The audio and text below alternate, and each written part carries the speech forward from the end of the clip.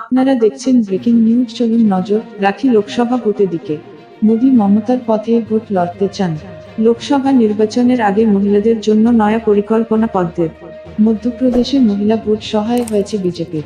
বাংলায় বরাবরই মহিলা ভোট টানায় এগিয়ে থেকেছে তৃণমূল। এবার লোকসভা নির্বাচনে গোটা দেশেই মহিলা ভোট টানতে মরিয়া বিজেপি। মহিলা ভোটে লক্ষ্য বিজেপিরও। মহিলা ভোট দলের ঝুলিতে ভরার ক্ষেত্রে বরাবরই এগিয়ে তৃণমূল। সৌজন্যে মমতা বন্দ্যোপাধ্যায় তার বিভিন্ন প্রকল্পের দৌলতে এখন মহিলা ভোটের বড় অংশকে নিশ্চিত করে ফেলেছে বাংলার শাসক দল। মহিলারা এমনিতেই মহিলা মুখ্যমন্ত্রী মমতার প্রতি সমর্থন দেখিয়েছে সাম্প্রতিক সব নির্বাচনে। এই পরিস্থিতিতে লোকসভা ভোটে দেশ জুড়ে নতুন কর্মসূচি নিল বিজেপি। বাংলায় তো বটেই, গোটা দেশে মহিলা ভোট পেতেই এই কর্মসূচি ঠিক হয়েছে। রাষ্ট্রায়ত্ত ব্যাংকের ঋণ নির্ভর দেশের প্রায় 1 কোটি স্বনির্ভর গোষ্ঠীর কাছে পৌঁছতে চায় বিজেপি। লক্ষ্য, এই সব গোষ্ঠীর সঙ্গে যুক্ত 15 কোটির মতো মহিলার পাশাপাশি তাদের পরিবারের সদস্যদের মিলিয়ে 60 কোটি মানুষের কাছে পৌঁছানো, যা দেশের মোট ভোটারের প্রায় অর্ধেক। প্রসঙ্গত, অতীতের কোনো লোকসভা ভোটে এমন কর্মসূচি নিতে দেখা যায়নি বিজেপিকে। মোদি মমতার পথে ভোট লড়তে চান। লোকসভা নির্বাচনের আগে মহিলাদের জন্য নয়া পরিকল্পনা পদ্মের। মধ্যপ্রদেশে মহিলা ভোট সহায় হয়েছে বিজেপির। বাংলায় বরাবরই মহিলা ভোট টানায় এগিয়ে থেকেছে তৃণমূল। এবার লোকসভা নির্বাচনে গোটা দেশেই মহিলা ভোট টানতে মহিলা ভোটে লক্ষ্য বিজেপির। মহিলা ভোট দলের ঝুলিতে ভরার ক্ষেত্রে বরাবরই এগিয়ে তৃণমূল। সৌজন্যে মমতা বন্দ্যোপাধ্যায় তার বিভিন্ন প্রকল্পের দৌলতে এখন মহিলা ভোটের বড় অংশকে নিশ্চিত করে ফেলেছে বাংলার শাসক দল। মহিলারা এমনিতেই মহিলা মুখ্যমন্ত্রী মমতার প্রতি সমর্থন দেখিয়েছে সাম্প্রতিক সব নির্বাচনে। এই পরিস্থিতিতে লোকসভা ভোটে দেশ জুড়ে নতুন কর্মসূচি নিল বিজেপি। বাংলায় তো বটেই, গোটা দেশে মহিলা ভোট পেতেই এই কর্মসূচি ঠিক হয়েছে। রাষ্ট্রায়ত্ত ব্যাংকের ঋণ নির্ভর দেশের প্রায় 1 কোটি স্বনির্ভর গোষ্ঠীর কাছে পৌঁছতে চায় বিজেপি।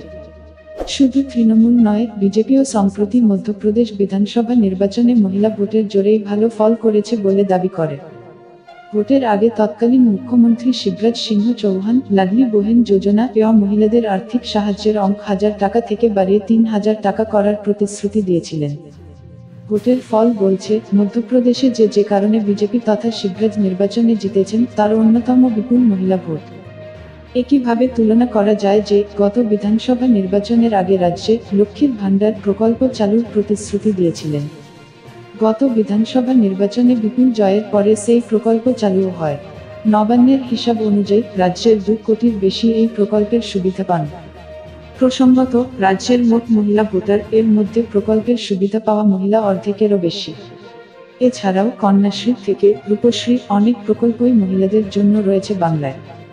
বিজেপির ভাবনা অবশ্য শুধু বাংলা নিয়ে নয়, গোটা দেশেই শুরু হতে চলেছে এই নতুন জনসংযোগ কর্মসূচি। এর জন্য দলের সর্বভারতীয় সভাপতি জেপি নাড্ডা জনের একটি কমিটিও তৈরি করেছেন।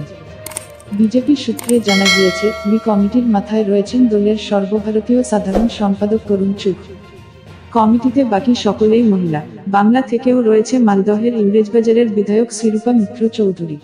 কেমন হবে এই কর্মসূচি তা শ্রীরূপার কাছে জানতে চাওয়া হলে তিনি অবশ্য এই কর্মসূচি নিয়ে কোনো কথা বলতেই রাজি হননি। কবে থেকে এই কর্মসূচি বিজেপি শুরু করবে তা না জানালেও দলের দাবি, গোটা দেশে অতীতে এত বড় কোনো জনসংযোগ কর্মসূচি হয়নি। প্রসঙ্গত, বাংলার স্বনির্ভর গোষ্ঠীকে ঋণ দেওয়ার জাগো প্রকল্প চালু করেন মমতা। তবে বিজেপির লক্ষ্য অন্য গোষ্ঠী।